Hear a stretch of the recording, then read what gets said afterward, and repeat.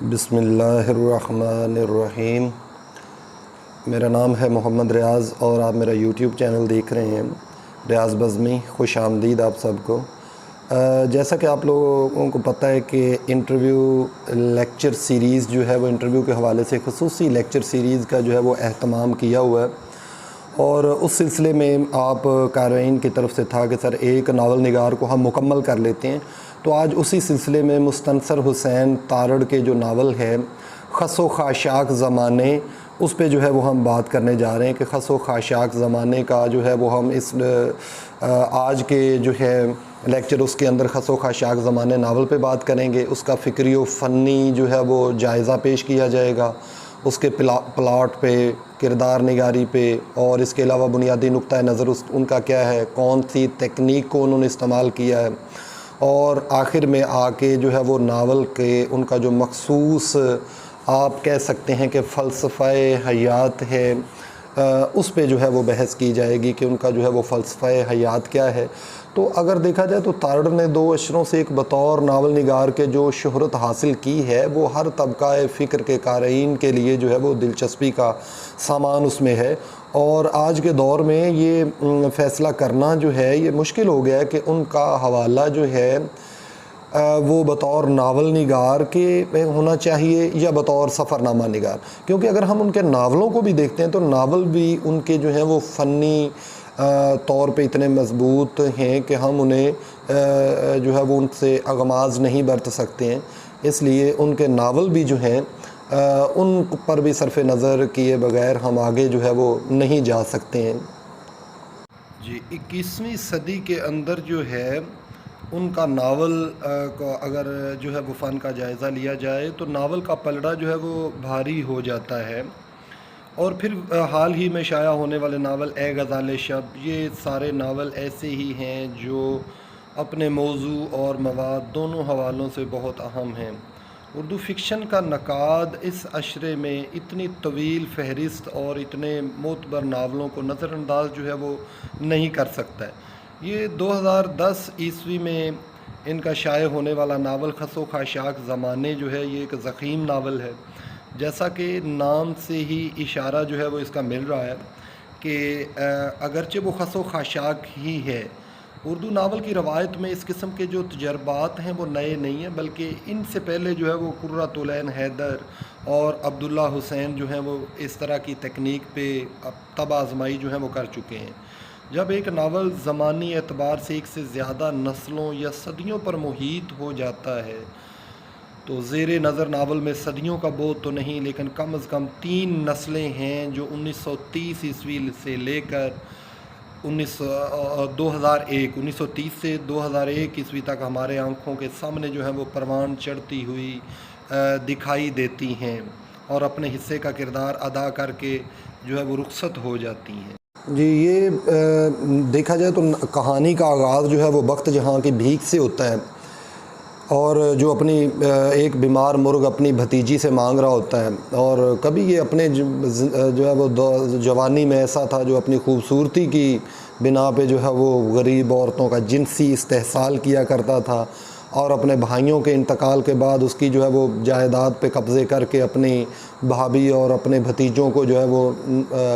2 وقت کی روٹی کا یہ محتاج کر کے رکھ دیتا ہے۔ لیکن آج اس کی یہ حالت ہو گئی ہے کہ یہ بیمار مرغیاں اور بعض اوقات مردہ مرغیاں بھی جو ہے وہ مانگ کر یہ کھانے کا کام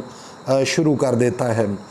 اور فلیش بیک کی تکنیک میں لکھا گیا یہ ناول ہے۔ اور اس ناول میں جو لوکیل کی بات کی جائے تو پنجاب کا لوکیل ضلع گجرات کے گاؤں دنیا پور ہے، جہاں دیگر برادریوں کے ساتھ ساتھ جاٹ برادری کے لوگ بھی رہتے ہیں،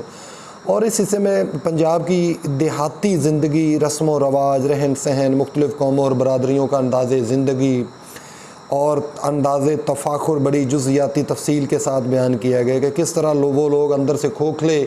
اور کلاش ہونے کے باوجود بھی اپنے نسب پر تکبر اور سردارانہ ذہنیت کی زندگی گزارتے ہیں۔ دنیا پر میں اسی جاٹ برادری کے یہ 3 بھائی ہوتے ہیں۔ اصل میں اس ناول کی جو ہے وہ دیکھا جائے تو 3 ہیں حصے۔ پہلے حصے میں یہ جاٹ برادری کے یہ 3 کردار ہیں، جن میں پہلا جو ہے وہ الف جہاں، دوسرا محمد جہاں، اور سب سے چھوٹا یہ بخت جہاں ہوتا ہے۔ اور اس کے بعد ایک ناول میں جو ہے وہ ایک دوسری نسل یعنی کہ سرو سانسی، امیر بخش اور یہ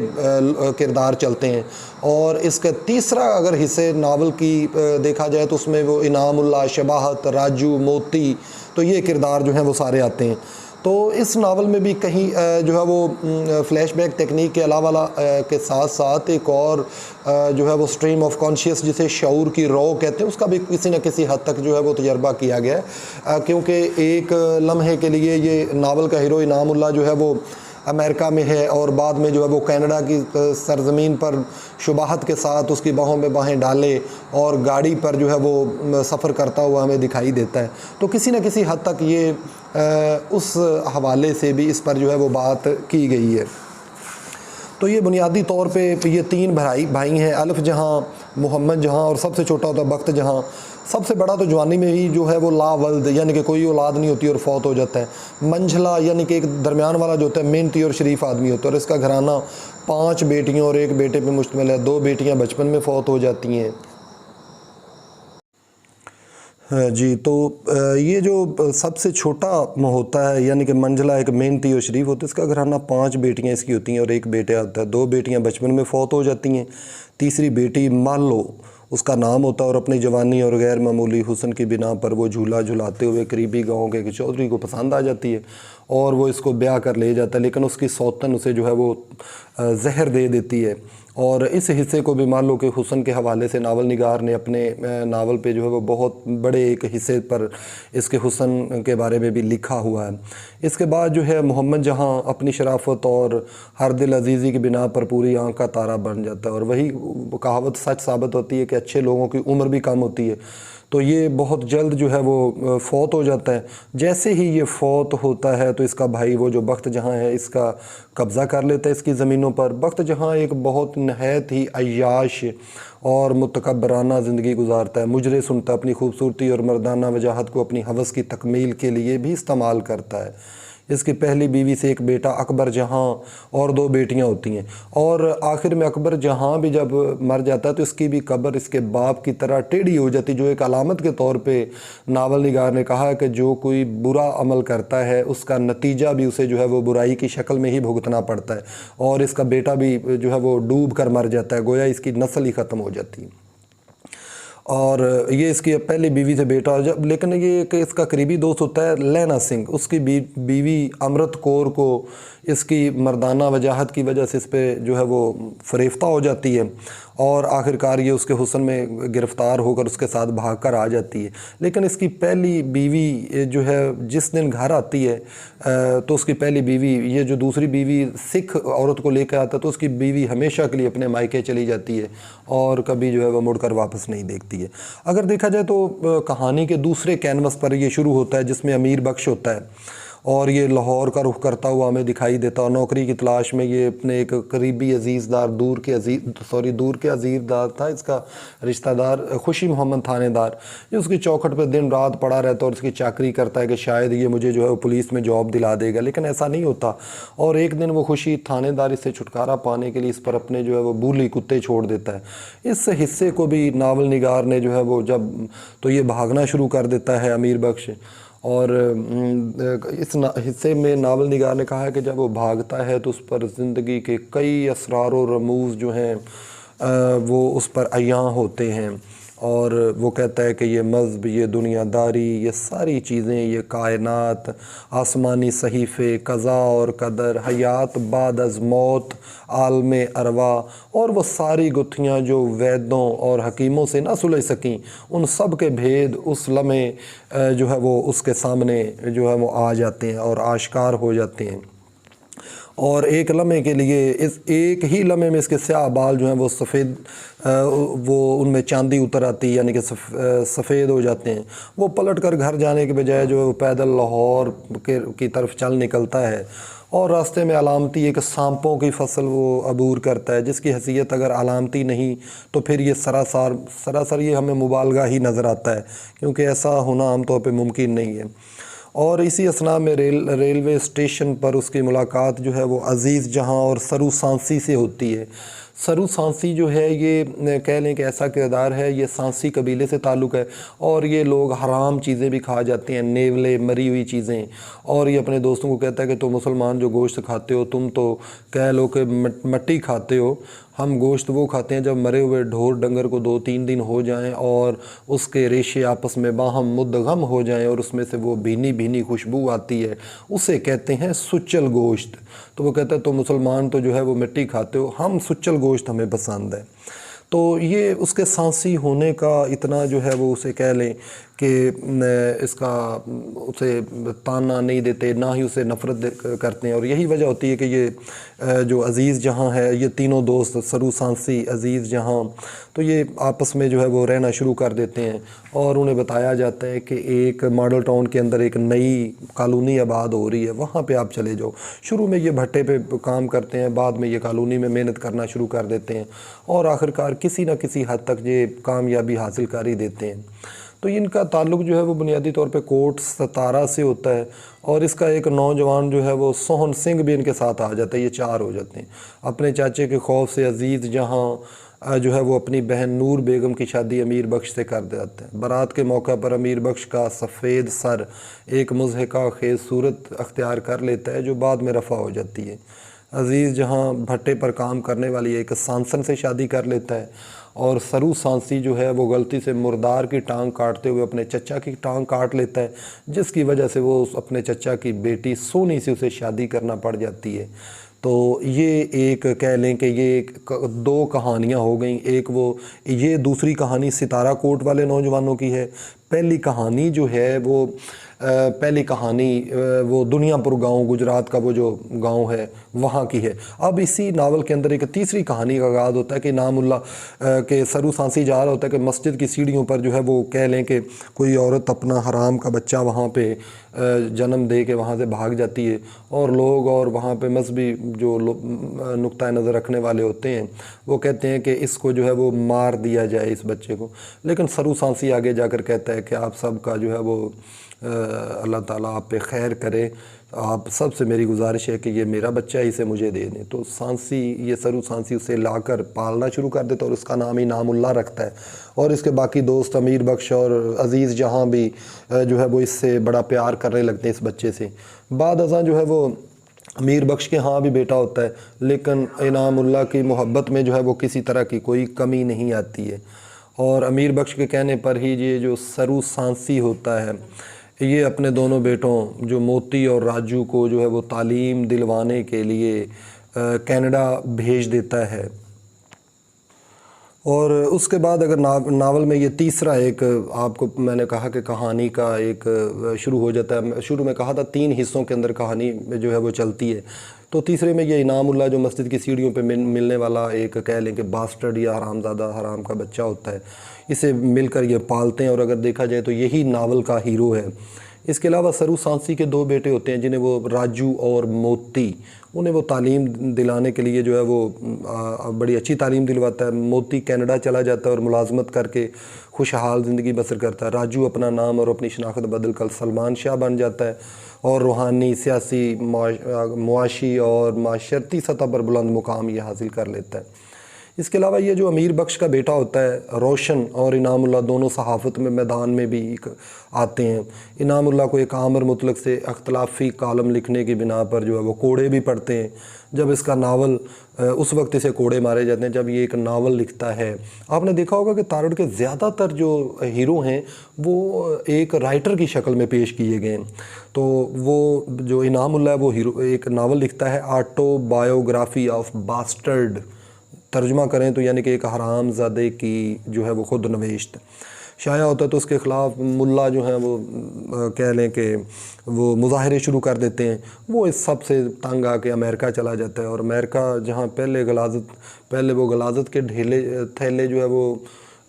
ایک جگہ سے دوسری جگہ لے جانے یا ڈھونے کا کام کرتا ہے، پھر ٹیکسی چلانے لگتا ہے، اور اپنے بھائی روشن سے اس کا رابطہ رہتا ہے۔ بھائی سے مراد یہ اس کا بیٹا ہوتا ہے امیر بخش کا، اور روشن ناموس رسالت کے مظاہرے کی کوریج کرتے ہوئے محض اپنے بھورے بالوں اور سفید رنگت کی بنا پر ان کے عتاب کا شکار ہو جاتا ہے۔ لیکن انعام اللہ کو جب اس آنے کی خبر نہیں ہو سکتی تو اس سے آگے ناول میں منظرنامہ تخلیق کیا گیا جس میں ہم امریکہ، کینیڈا اور پاکستان کے مناظر تک رسائی حاصل کرتے ہیں، اور یوں اگر دیکھا جائے تو ناول بین الاقوامی سرحدیں عبور کر جاتا ہے۔ تو ناول کے تیسرے اور اس حصے کے اندر جو ہے وہ 9/11 کا واقعہ رونما ہوتا ہے، جن دنوں میں انعام اللہ یہاں پہ ٹیکسی چلا رہا ہوتا ہے، اور اس دوران میں بھی یہ ایک ناول جو ہے وہ لکھنا شروع کر دیتا ہے جس کا نام ہوتا ہے ٹیکسی ڈرائیور از اے پراسٹیٹیوٹ، مکمل کرتا ہے لیکن ناشر کی کہنے کے باوجود یہ اسے جو ہے وہ شائع نہیں کرواتا۔ اور ان دنوں میں یہ 9/11 کا واقعہ بھی ہوتا ہے۔ اس ناول میں 9/11 کے واقعے کو بھی موضوع بنایا گیا، اس کے علاوہ ڈھاکہ کا ہم سے جدا ہو جانا اور وہ جو جنرل نیازی نے ہتھیار ڈالے تھے اس موضوع پر بھی جو ہے وہ ہمیں کھل کر اظہار خیال کرنے کا اس ناول کے اندر رائٹر نے جو ہے وہ دیکھا ہوا ہے۔ اور 9/11 کے واقعے کے بعد جو ہے وہ یہاں پہ انعام اللہ کو شک کی نظروں سے دیکھا جاتا ہے، اور یہ خود کھڑکیوں سے لاشوں کو گرتے ہوئے دیکھتا ہے، اور وہ کہتا ہے کہ چند ایک جو ہے وہ لوگوں کے گناہ کو پورے افغانستان کی پر لوگوں پر جو ہے وہ منڈ دینا کہاں کی عقل مندی ہے۔ اور اس حوالے سے ناول نگار نے کہا بھی تھا کہ ایک چیونٹی کو ہلاک کرنے کی خاطر سینکڑوں مشتعل ہاتھی چیختے چنگھاڑتے چلے آتے تھے اور اپنے راستے میں آنے والی ہر بستی اور صحرا کو رونتے ہی چلے جاتے تھے۔ تو اس حوالے سے جو ہے وہ اس 9/11 کے واقعے کو بھی بتایا گیا ہے۔ یہاں جب دیکھا جائے تو اس ناول میں جب امریکہ کے اندر مسلمانوں کے خلاف حد سے بڑھنے والی نفرت کو بھی موضوع بنایا گیا ہے، بنگلہ دیش کا ہم سے جدا ہو جانا اور جنرل نیازی کا ہتھیار ڈالنا، اس موضوع کو بھی کھل کر جو ہے وہ مصنف نے بیان کیا ہوا ہے۔ اور آخر کے اندر جو ہے وہ کینیڈا کی فضاؤں کے اندر یہ شباہت جو سرو سانسی راجو کی بیٹی ہوتی ہے اور اس سرو سانسی کی پوتی ہوتی ہے، یہ اس سے پیار کرنا شروع کر دیتی ہے اور یہ ایک دوسرے کو چاہنے لگتے ہیں۔ حالانکہ بخت جہاں کا بیٹا اکبر جہاں بھی اسے چاہتا ہے،